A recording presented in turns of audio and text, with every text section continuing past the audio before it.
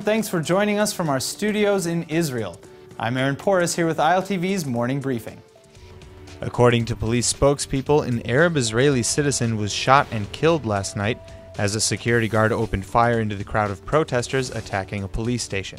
Hundreds of protesters, many wearing masks, were said to be storming the station, burning police vehicles, and throwing rocks. Police spokesman Mickey Rosenfeld reports that officers in the Arab-Israeli town of Kafr Qasim attempted to apprehend a suspect for questioning when the violence broke out. It began with 50 local residents who began throwing rocks and then escalated into hundreds breaking through the gates of the local police station and attempting to storm the building. The security guard, who felt his life was in danger, opened fire, and the protester who was shot was critically wounded and died in the hospital.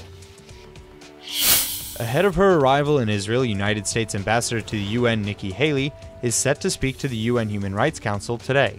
While in Geneva, she's expected to criticize the Council's record and potentially announce the US's recusal of their seat at the table. In a Washington Post op-ed that Haley wrote June 2nd, she describes both the arguments for leaving the U.N.H.R.C. and how serious the U.S. is about doing it. Quote, "Last month, a U.S. Senate subcommittee met to consider whether the United States should remain a part of the Council. Expert witnesses shared their viewpoints not on the question of whether America supports human rights, of course we do and very strongly.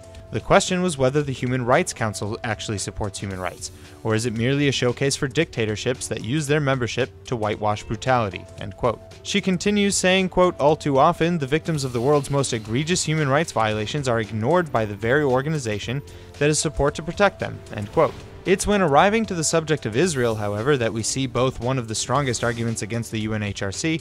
as well as Haley's true support for the Jewish national homeland. She says she will outline changes that must be made since, quote, "When the Council passes more than 70 resolutions against Israel, a country with a strong human rights record, and just 7 resolutions against Iran, a country with an abysmal human rights record, you know something is seriously wrong."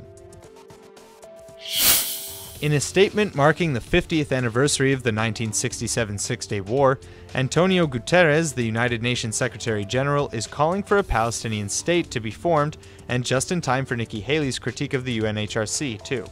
Guterres wrote that the war, quote, "resulted in Israel's occupation of the West Bank, East Jerusalem, Gaza, and the Syrian Golan, and the displacement of hundreds of thousands of Palestinians and Syrians," end quote.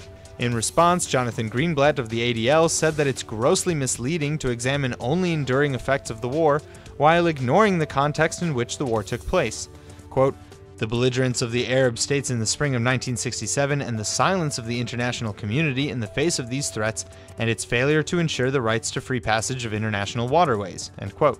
Israel did indeed capture these areas in the war, but the war began when Egypt, Syria, and Jordan launched an offensive.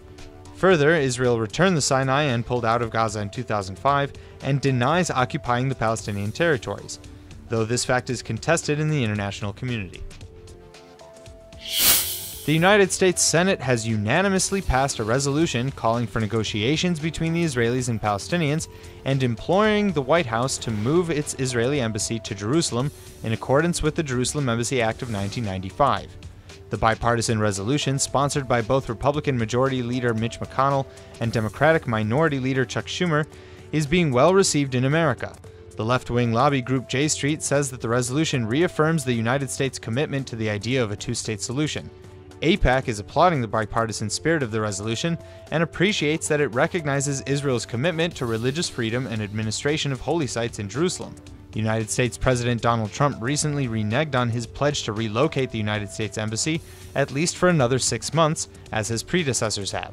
He signed a waiver to delay the move, claiming that it would get in the way of negotiations between Israel and the Palestinians. Radiohead is coming to play in Israel next month for their 4th concert in the country, and 70s rock star Roger Waters is not happy about it. Waters, along with many other artists, sent Radiohead an open letter calling on them to boycott Israel. Radiohead singer Thom York said on Friday that he found it deeply unsettling that Waters had attacked the band publicly rather than engaging personally. Now Waters is claiming he had emailed Thom York a month before the open letter came out. Radiohead guitarist Jonny Greenwood is married to an Israeli artist, and 2 different Israeli groups have opened for Radiohead on their US and European tours this year. But Waters still doesn't want Radiohead to cross what he calls the BDS picket line. He's also calling for pressure to allow 3rd, 4th, and even 5th generation Palestinian refugees to immigrate to Israel, which could affect the state's Jewish character. The ADL has accused Waters of incorporating anti-Semitic imagery into their stage shows, including a Star of David paired with a $sign and a hammer and sickle, along with many other symbols plastered on a floating pig. That's all for now. I'm Aaron Porras, and see you later with our main daily broadcast from Israel at 2 p.m. Eastern Time.